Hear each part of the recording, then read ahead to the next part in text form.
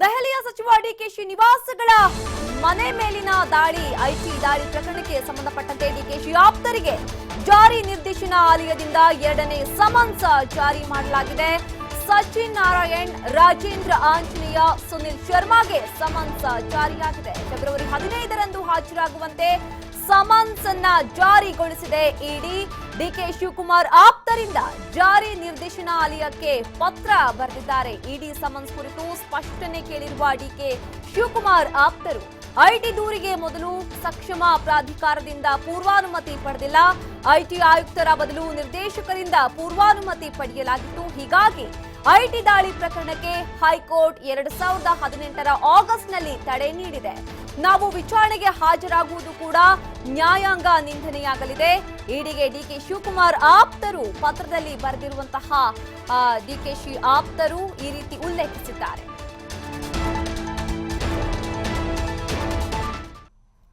ಈ ಬಗ್ಗೆ ಮತ್ತಷ್ಟು ಮಾಹಿತಿಯನ್ನ ಕೊಡ್ತಾರೆ ನಮ್ಮ ಪ್ರತಿನಿಧಿ ಮಂಜು. ಡಿಕೆಶಿ ಆಪ್ತರು ಇಡಿಗೆ ಸ್ಪಷ್ಟನೆಯನ್ನ ಕೊಟ್ಟಿದ್ದಾರೆ. ಇಡಿ ಸಮನ್ಸ್ ಜಾರಿ ಮಾಡಿರೋದ್ರ ಮೇಲೆ ಸ್ಪಷ್ಟನೆ ಕೊಟ್ಟಿದ್ದಾರೆ ಪತ್ರದ ಮೂಲಕ. ಸೊ ಏನೆಲ್ಲ ವಿಚಾರಗಳಿದೆ ಆ ಪತ್ರದಲ್ಲಿ ಅಂತ?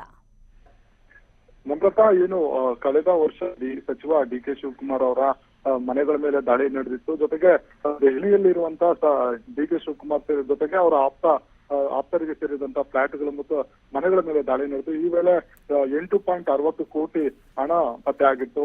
ಇದಕ್ಕೆ ಸಂಬಂಧಪಟ್ಟಂತೆ ಐಟಿ ಇಲಾಖೆ ಇಡಿ ಒಂದು ಜಾರಿ ನಿರ್ದೇಶನಾಲಯಕ್ಕೆ ಒಂದು ವರದಿಯನ್ನ ನೀಡಿತು. ಇದರಲ್ಲಿ ಕಪ್ಪು ಹಣವನ್ನ ಅಕ್ರಮವಾಗಿ ವರ್ಗಾವಣೆ ಮಾಡಿದ ಆರೋಪವನ್ನ ಹೊರತು ಇದಕ್ಕೆ ಸಂಬಂಧಪಟ್ಟಂಗೆ ತನಿಖೆ ನಡೆಸಬೇಕು ಅಂತ ಹೇಳಿ ಒಂದು ವರದಿಯನ್ನ ನೀಡಿತು. ಈ ವರದಿ ಆಧಾರದ ಮೇಲೆ ಇಡಿ ಒಂದು ಇಸಿಐಆರ್ ಅನ್ನ ದಾಖಲಿಸಿಕೊಂಡು ತನಿಖೆಗೆ ಮುಂದಾಗಿರುವಂತದ್ದು. ಅದ್ರ ಜೊತೆಗೆ ಇತ್ತೀಚೆಗೆ ಅಂದ್ರೆ ಜನವರಿ 17ರಂದು ಸಚಿವ ಡಿಕೆ ಶಿವಕುಮಾರ್ ಸೇರಿದಂತೆ ಅವರ ಆಪ್ತರಿಗೆ ಒಂದು ಸಮನ್ಸ್ ಅನ್ನ ಜಾರಿ ಮಾಡಿ ಇದೆ ಫೆಬ್ರವರಿ 1ಕ್ಕೆ ವಿಚಾರಣೆಗೆ ಹಾಜರಾಗಬೇಕು ಅಂತ ಹೇಳಿ ಸೂಚನೆಯನ್ನ ನೀಡಿತು. ಅದ್ರ ಜೊತೆಗೆ ಈಗ ಆ ಒಂದು ಸಮನ್ಸ್ಗೆ ಸಂಬಂಧಪಟ್ಟಂತೆ ಡಿಕೆ ಶಿವಕುಮಾರ್ ಅವರ ಆಪ್ತರಾದಂತಹ ರಾಜೇಂದ್ರ, ಸಚಿನ್ ನಾರಾಯಣ್, ಆಂಜನೇಯ ಜೊತೆಗೆ ಸುನಿಲ್ ಶರ್ಮಾ ಅವರು ಒಂದು ಪತ್ರವನ್ನ ಬರೆದಿದ್ದಾರೆ ಇಡಿಗೆ.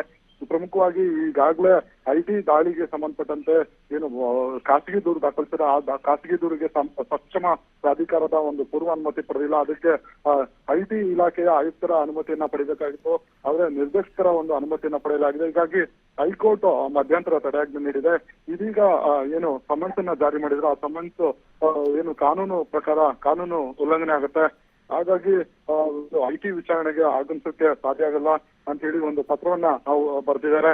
ಹೀಗಾಗಿ ಜೊತೆಗೆ ಐಟಿ ಇಲಾಖೆ ಸಚಿನ್ ನಾರಾಯಣ್ ಸೇರಿದಂತೆ ಡಿಕೆಶಿ ಆಪ್ತರಿಗೆ 2ನೇ ಒಂದು ಸಮನ್ಸ್ ಅನ್ನ ಜಾರಿ ಮಾಡಿರುವಂತದ್ದು.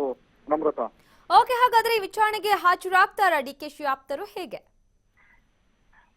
ನಮ್ರತಾ, ಈಗಾಗಲೇ ಪತ್ರದಲ್ಲಿ ಉಲ್ಲೇಖಿಸಿರುವ ಹಾಗೆ ಹೈಕೋರ್ಟ್ ಹಿಂದೆ ಐಟಿ ನೀಡಿರುವ ಪ್ರಕರಣಗಳಿಗೆ ತಡೆಯಾಜ್ಞೆ ನೀಡಿದೆ. ಹೀಗೆ ಅಂದ್ರೆ ಪೂರ್ವಾನುಮತಿ ಪಡೆದಿಲ್ಲ. ಹಾಗಾಗಿ ಐಟಿ ದೂರಿಗೆ ಒಂದು ತಡೆಯಾಜ್ಞೆ ನೀಡಿರುವ ಹಿನ್ನೆಲೆಯಲ್ಲಿ ಹೈಕೋರ್ಟ್ ನಲ್ಲಿ ಈಗಾಗಲೇ ಅದು ಒಂದು ವಿಚಾರಣೆಯನ್ನ ಅಂದ್ರೆ ಐಟಿ ಇಲಾಖೆಯ ಜೊತೆಗೆ ಇಡಿ ಕೂಡ ಹೈಕೋರ್ಟ್ಗೆ ಒಂದು ಅರ್ಜಿಯನ್ನು ಸಲ್ಲಿಸಿ ಸ್ಪಷ್ಟೀಕರಣ ಪಡೆಯಬೇಕಾಗತ್ತೆ. ಯಾಕಂದ್ರೆ ಇಸಿಆರ್ ದಾಖಲಿಸಿದ್ವಿ, ಜೊತೆಗೆ ಐಟಿ ವರದಿ ಏನಿದೆ ಅದು ನೀಡುವ ಮುನ್ನವೇ ಒಂದು ತಡೆಯಾಜ್ಞೆ ನೀಡಿರುವುದರಿಂದ ಅದು ನ್ಯಾಯಾಂಗ ನಿಂದನೆ ಆಗುತ್ತೆ. ಒಂದ್ ವೇಳೆ ಈ ಒಂದು ಅಸ್ತ್ರವನ್ನ ಡಿಕೆ ಶಿವಕುಮಾರ್ ಅವರ ಆಪ್ತರು ಇಡಿ ಒಂದು ಸಮನ್ಸ್ಗೆ ಒಂದು ಅಸ್ತ್ರವನ್ನ ಬಳಸ್ಕೊಂಡಿರುವಂತದ್ದು. ಜೊತೆಗೆ ಸಾಕಷ್ಟು ಲೋಪದೋಷಗಳು ಕೂಡ ಐಟಿ ವರದಿಯಲ್ಲಿ ಇದೆ. ಹೀಗಾಗಿ ಇದು ಒಂದು ರೀತಿ ಅಂದ್ರೆ ಇನ್ನು 2-3 ಸಮನ್ಸ್ ನೀಡುವ ಅವಕಾಶ ಕಾನೂನಲ್ಲಿದೆ. ಹೀಗಾಗಿ ಇದು ಅಸ್ತ್ರವನ್ನು ಬಳಸಿಕೊಂಡು ಜೊತೆಗೆ ಇದೇ ವೇಳೆ ಹೈಕೋರ್ಟ್ ನಲ್ಲಿ ಕೂಡ ಸಮನ್ಸ್ ರದ್ದು ಕೂಡಿ ಅರ್ಜಿಗಳನ್ನು ಸಲ್ಲಿಸಿದ್ದಾರೆ. ಈ ಅರ್ಜಿ ವಿಚಾರಣೆಗಳು ಕೂಡ ನಾಳೆ ಅಥವಾ ನಾಡಿದ್ದು ಹೈಕೋರ್ಟ್ ಮುಂದೆ ಬರುವ ಸಾಧ್ಯತೆ ಇದೆ.